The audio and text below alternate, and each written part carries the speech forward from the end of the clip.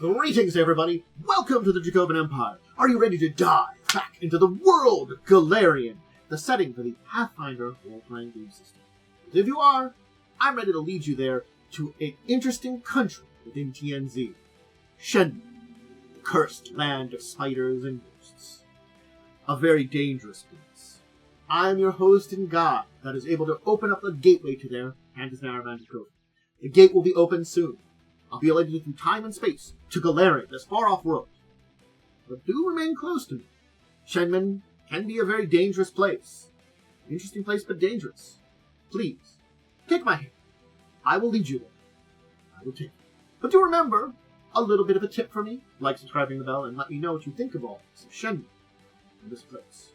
In the comments. The gate is open. My hand outstretched. Shenmen awaits. We arrive at Shenmen. A very dark and dangerous place in comparison to many places you could visit in Golarion. Maybe not the most dangerous, but one of them. What is Shenmen? Well, before I ask that question, I should tell you where you can look into Shenmen. And there are some interesting ones beyond just the main books I use. I usually rely on the TNZ World Guide. Dragon Empire's Gazetteer also provides me things, but in this case, there are two other books that provide information on Shenmen.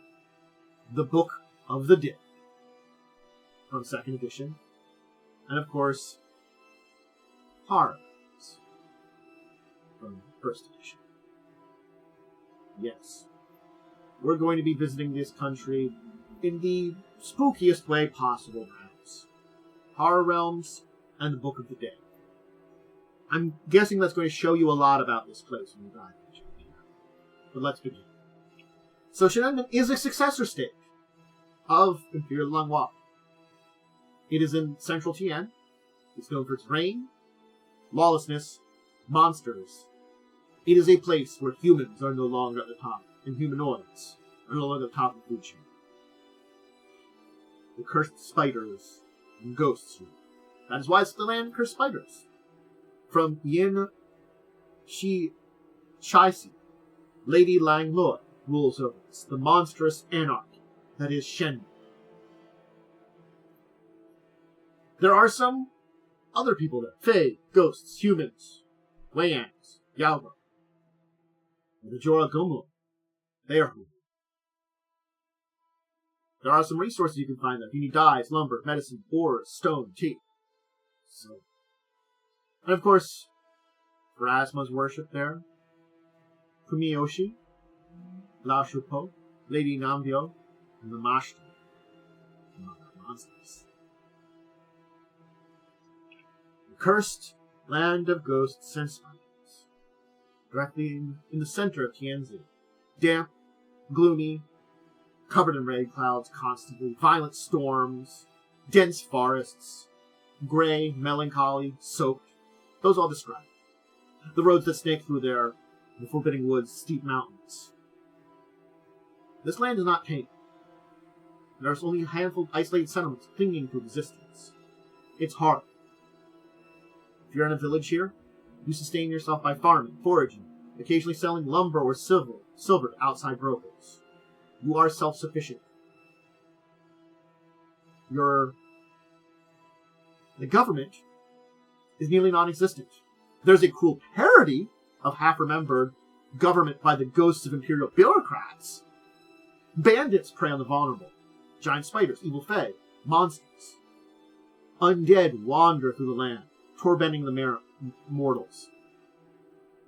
The great horror that's truly at the heart of Shenmen is the Joragomo, shapeshifting spider women who rule under the witch queen, Lady Lang Loi. If any threat is truly at the heart of it, they grip this with their claws. Now, they did lose a portion of Spectre with Linvara. A brief half-hearted battle. The Joragomo basically letting it go. Why? Why did they let Linvara swallow that territory? Maybe poison bait? Influence a neighboring land? No one really knows why they let this small portion of Spectre go. But Lady Loi, her plans aren't really to be understood. Defeat always proved to be deceptions, mistakes, feints. Maybe this so-called maneuvering, or propaganda. No one really knows why. And the plans of the Jorogumu are unknown. But at least for now, this loss of the northern Spectre Wood has done little to change the life here in Shenmen. The heartlands, soaked in rain and mists, the mountains, treacherous. The nation remains, basically, under Lady Langloy's gossamer clothes, in her web, under her clothes. If you dream a better life, if you can't see a clear way forward, well, there's not so much to do with a future clouded by specters and snakes. Shenmen.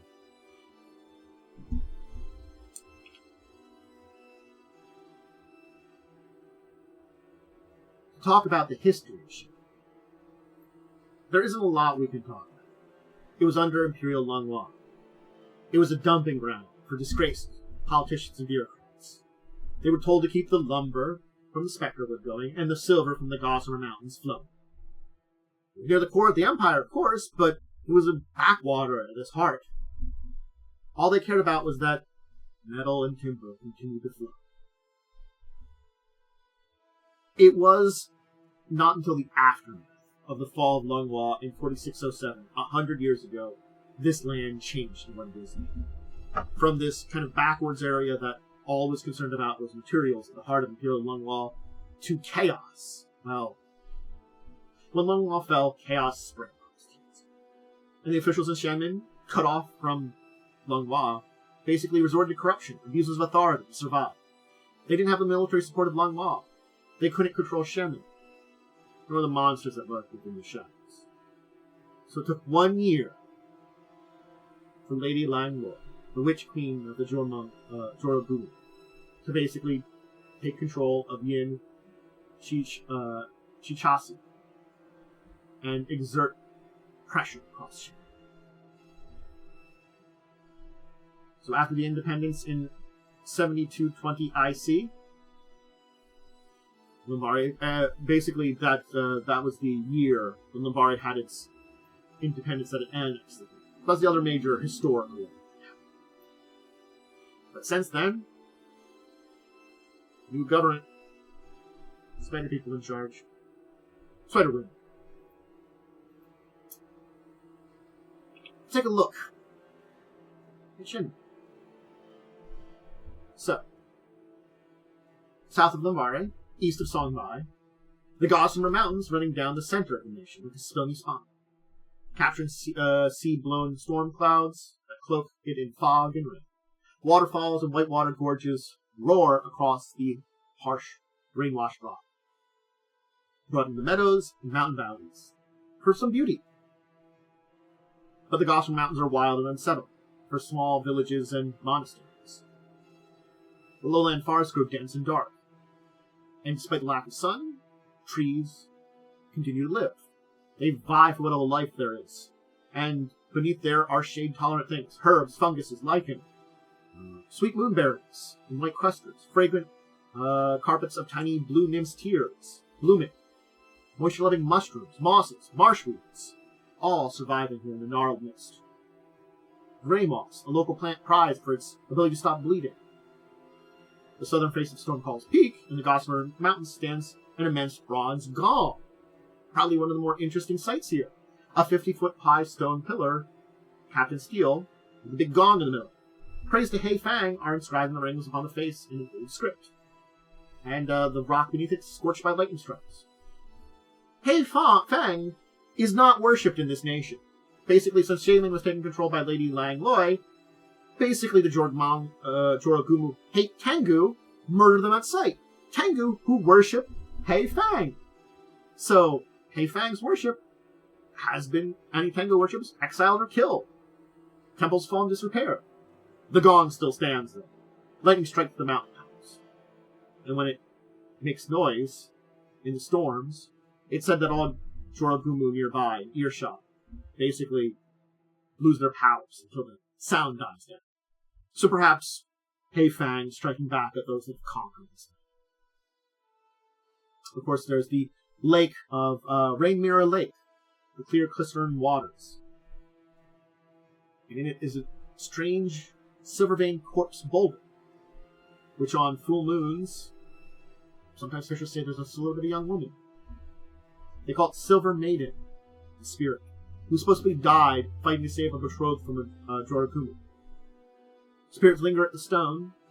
They give visions on how the Jorakumu might be defeated. None receive such good.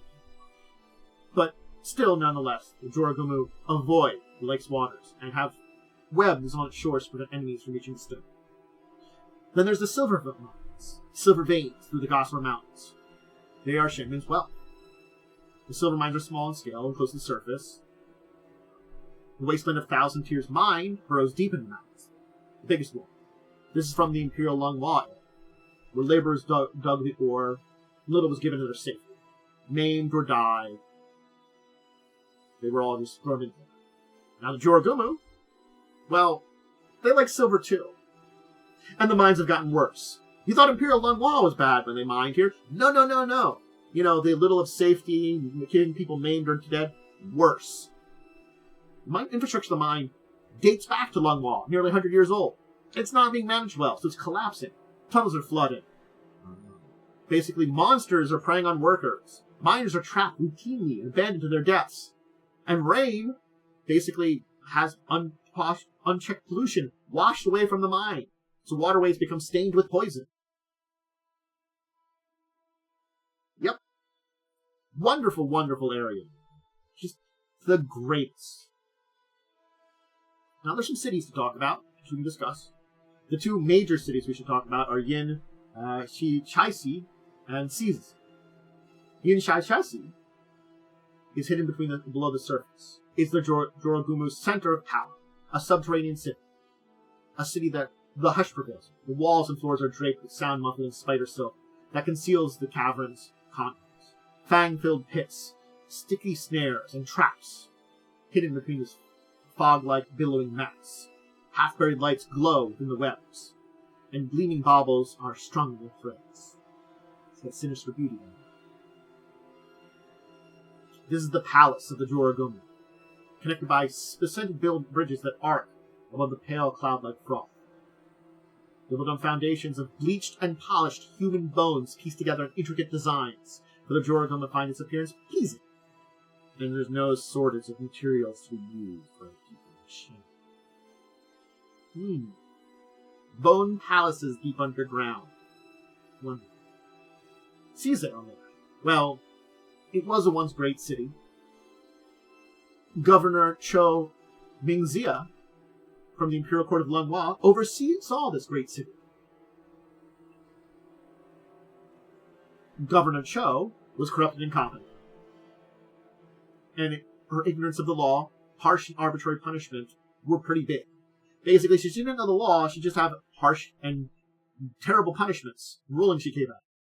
Her palace was the governor's palace was an execution ground. And the populace suffered under Governor Cho. After the malign magic that accompanied the Joragumu's arrival flooded this place, Governor Cho rose as a ghost, believing still to be serving Longwa. She reimposed even more confusing interpretations of the laws on the populace. There still were people living here, but now the mindless skeletons, benevolent wives dressed in rotting parodies of Imperial soldier uniforms enforced her edicts.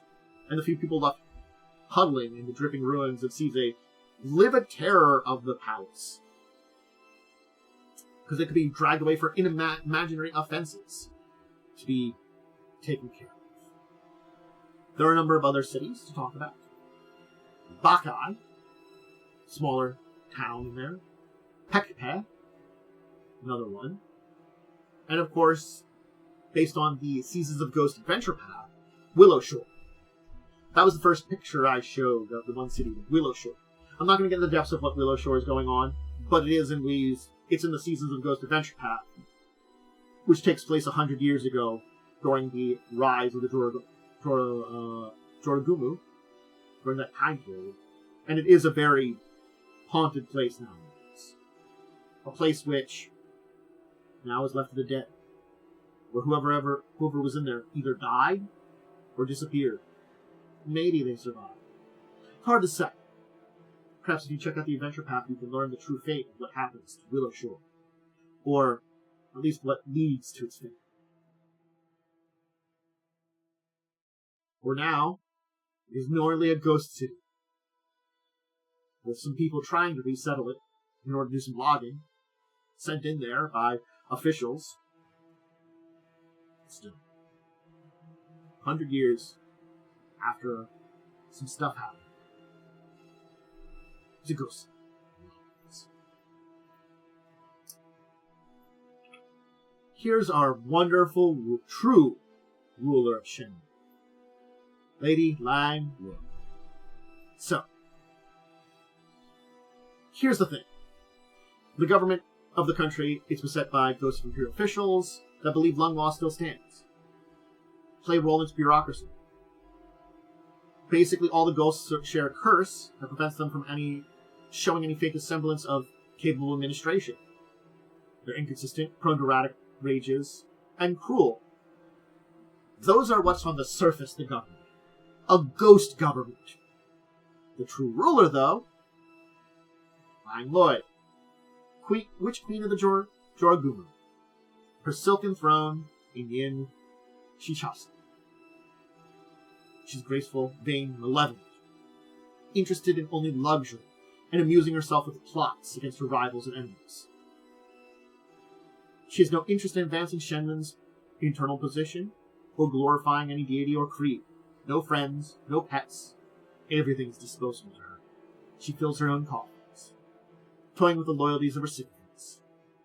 Her rival is Lady Jian Kailu, another Joragumo, a silver-haired one, known for her blade weapon prowess, and strange rapport with the ghosts that haunt Shenmen. She has an alliance with the delusional imperial officials as well as the veiled half-maidens, and a posse made of Pharasman shades who hunt the living of the Gossamer Mountains. She provides ceremonial garments and perfumes to her favorite servants, to appease the hungry undead, and red stamp passes that the imperial ghosts accept. This semi-alliance with the undead of Shenmen is her primary ability to be a rival with Lady Lang Loy, and the secret of that is hidden. Amongst humans, especially those of Jin Shichasa, is Chancellor Ha. He's lived for nearly 3 decades in the service of the Joragumo, and because of his fastidiousness, effectiveness, and subservientness, he has remained. His secret is, though, he hates the Joragumo. He would not like nothing more than Lady Lang Loy and the rest of them to be destroyed. He has a lot of their great secrets and access to their private space. He doesn't really have an opportunity to hurt them. And he would not gamble anything. He doesn't have that courage, unless he's total sure of their total destruction. His cowardice is, though, why the Joragumo have basically permitted him in his trusted position. Basically, the humiliation. And amongst the small villages, the fishing villages of the 5 branches, led by Chieftain Ade. He's a leader and a basically idealist. He was to improve the communal system of the village and nearby ones. Better stormwood flood ponds, new bridges over impossible gorges. He basically wants to make things better for Shenmen villages, but his people worry that it's going to attract the wrong attention. Of course, amongst the bandits, the most infamous of their chieftains is Yai, the Red Mist. Called that because she obliterates her enemies in a bloody mist, according to legend, and then vanishes in the Crimson Fog. She targets tax caravans of the Joragumo and is merciless to them, attacking everyone and killing them. She has a reputation for brutality, but it's also interesting because she also has been known to pay villagers for supplies and refuge, offer protection, and take on quests for retribution for villages that treat her band well. So part folk healer, part boogeyman. She's a contradictory role that the bandits play in Shenmen's royal culture. Speaking of culture, let's look to the lives of those within Shenmen. A day in Shenmen. Well, it's going to revolve around farming, fishing, or foraging. Maybe harvesting silver or timber for the Joragumo to sell. On the low mountain slopes, we plant terraces of barley, sweet potatoes, blue stem tea bushes. cultivate fish in stormwater ponds, gather edible fungi, herbs. You work close to the land and live by the seasons, and rarely encounter anybody outside your village. The settlements in Shenmen are small and scattered, and Lady Langlois basically made to make sure of that. An educated populace might try to overthrow them. Wizards and clerics are viewed as threats, and so the population is kept illiterate, and magical traditions have only survived within families that were held as close-knit secrets. The days begin and end with special rites of propitiation, basically feeding a cricket to a kitchen spider. Cricket's noisy represents informers, basically silent spies, and keep the spider, named Jorogomo, satisfied. After the morning rite, the day is taken up with work. Tools are made of stone, wood, and bronze. Jorogomu can be hurt by cold iron, so they prohibit villagers from practicing advanced smithing, basically allowing them to craft weapons of metal that could hurt them.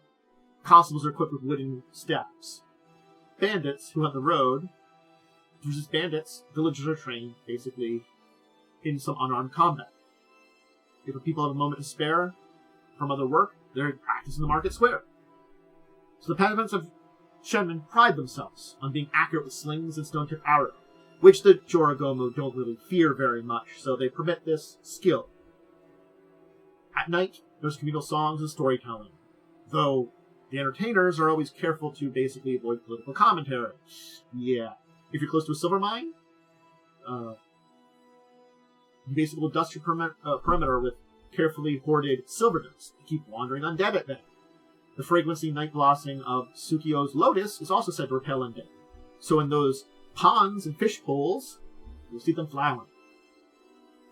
If you work in the silver mine or cut timber, basically those are Jorogomo's favorite and permitted to sell these materials to foreigners. You have intermediaries who allow themselves to basically be policed by other agents. You can learn to read and write, but you're only able to speak to outside merchants. And Lady Langlois and her court keep all the proceeds!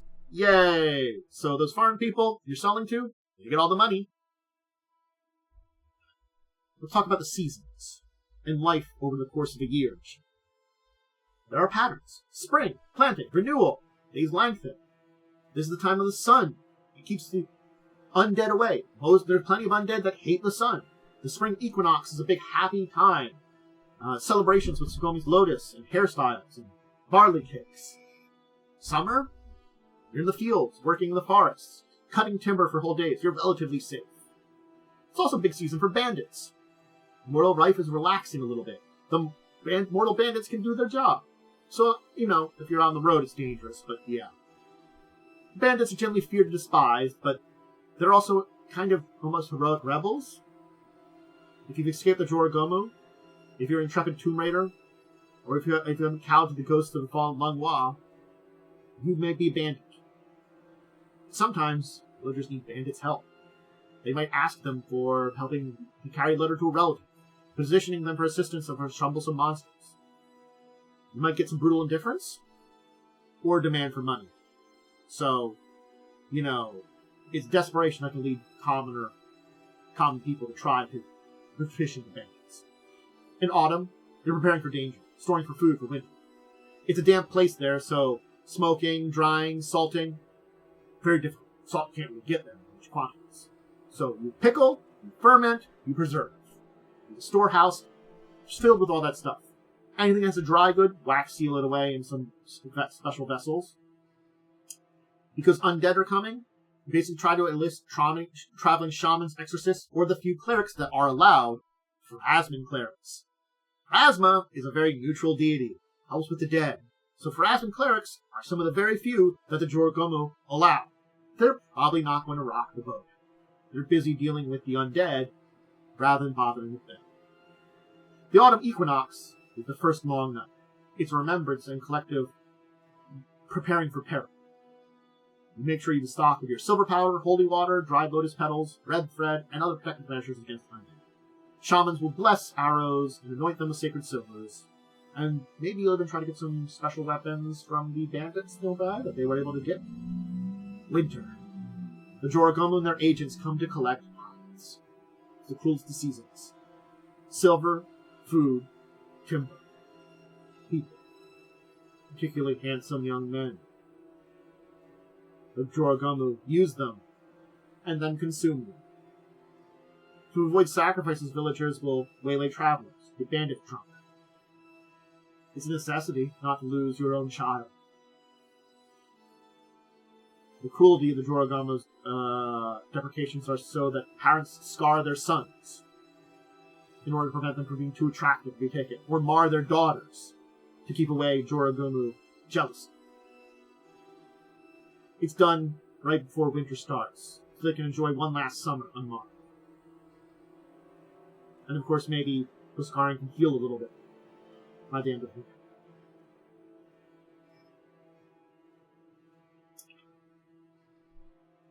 There's our powerful bandit leader.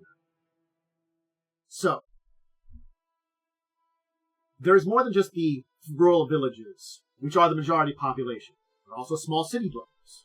But they live in proximity to one of the many inhuman rulers, often the playthings, whether from ghosts or Jorogumo. This is a big divide, culturally, between the two groups. Villages are agricultural, suspicious, ignorant of the outside. This is Lady Langloy's design. Roads are ill-maintained, not really well patrolled, so people stay in their homes and their villages. If you dream of something different, become a bandit. You know, go out in the countryside, deal with monsters, hunting, problems like that. But you do risk being hunted down by your own neighbors. So tend to stay close to home, family, and safety. You avoid misfortune, sprinkle silver dust. Wear plain clothes. You don't want to attract attention. Don't use jewelry. These are things that vanity would attract the desire of the Jorogumo, or the jealousy. Pride is dangerous and cheap. It draws attention. It draws attention of monsters. Hiding is key. If you're a commoner, you pray for divine protection or an intersection. Pharasman worship is pretty common. The Jorogumo also permit worship of Fumiyoshi, Lady Nanbyo, and Lao Shupo, deities that have some fealty among commoners. They might just pray to them for mercy or spare them from calamity, rather than actively going behind and beseeching. In Yin Shisasi, things are different. Shades of green, blue, and violet drift on spider silk dye. Channeled winds pipe through hidden air shafts tinged with rare perfumes. The air is muffled by silk, suffocating. Strands of woven crystal, spider webs, decorative fountains lit from below, so water sprays like incandescent diamonds through the air. Delicacies, luxuries, sold at every turn, commodities restricted to the Jorogumo and their favorite pets. A harem of the chosen males of the year, who are pampered and coddled until their mistress paralyzes them for egg fodder. Very much so like the spiders that we know about that will paralyze and consume the males after using them. It's a place of beauty, but it's a terrible, treacherous place. The mortals must live under the call of the Jorogumo. Plots against each other, sacrificing mortal lackeys as pawns, murder, torture, mind Jesus, entertainment. Humans are lesser creatures, so to raise a hand against the Jorogumo is unthinkable, and you'd be punished for the cruelest nature. If you belong to one of the Jorogumo, you're marked with a signet collar made of silver and welded around your neck so it can't be removed. These are sought after. They indicate you are permitted to travel freely, be able to read or write, and have some anomaly in the commerce. Other than that, mortals of Shenmen are provided little jewelry.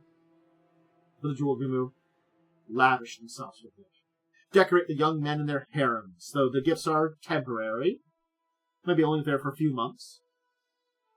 Lesser creatures who presume to touch their wealth are punished. Money isn't inside the villages either. Barter and tribute is what you do. Money would make it easier for villagers to procure outside goods, mercenary. So yeah, you don't use coins. There's no cash for the mortals of Shenmen. But there you go. There's Shenmen.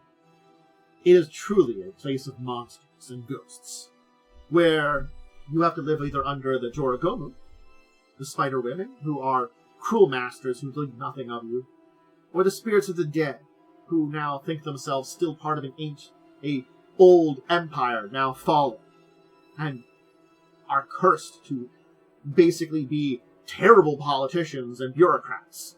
Nonetheless, even if they are still redoing the old government, they're just bad at it, leading this country being a place where, honestly speaking, individual villages, your world. If you're in a city, you're under one of these inhuman creatures' rule. If you're in a village, well, you got your own, but you have to do some questionable things to survive. Banditry. There's your real freedom in Shenmen. Even then. Shenmen is a land without morals. It's a land of people that make do to survive. Find ways. It's a way of tough people. But they are plagued by monsters and horrors that stalk the night. Some that control. It is, as they say, land of spiders and ghosts. It truly lives up to that. In all retrospect. I hope you did enjoy diving into Shenmen. I will do more of these in the future. If you want to check it out live with me, you can always check me out over on Twitch. That's when I'm live. I do gaming, which is variety, gaming with friends. I do these recordings there. I do live plays of TTRPGs. I have Discussing Tabletop Saturdays at 6 EST, where we talk about news of the week and deeper discussion topics. All the tabletop-related stuff, though, goes up on my YouTube channel. So that's the other big thing to check out. Which, if you're going over there, like subscribing the bell, let me know what you think about Shenmen, if you've got adventure ideas or stuff like that.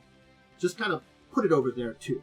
That's always a great place to check out everything. Always upload there. But schedules for stuff, over on my social media. That's my Discord, Blue Sky, X-Factor. That's my big order of when I use them. That's also, other than schedule updates, what I'm doing for the week, cat updates, life updates, all that kind of things. Find them there.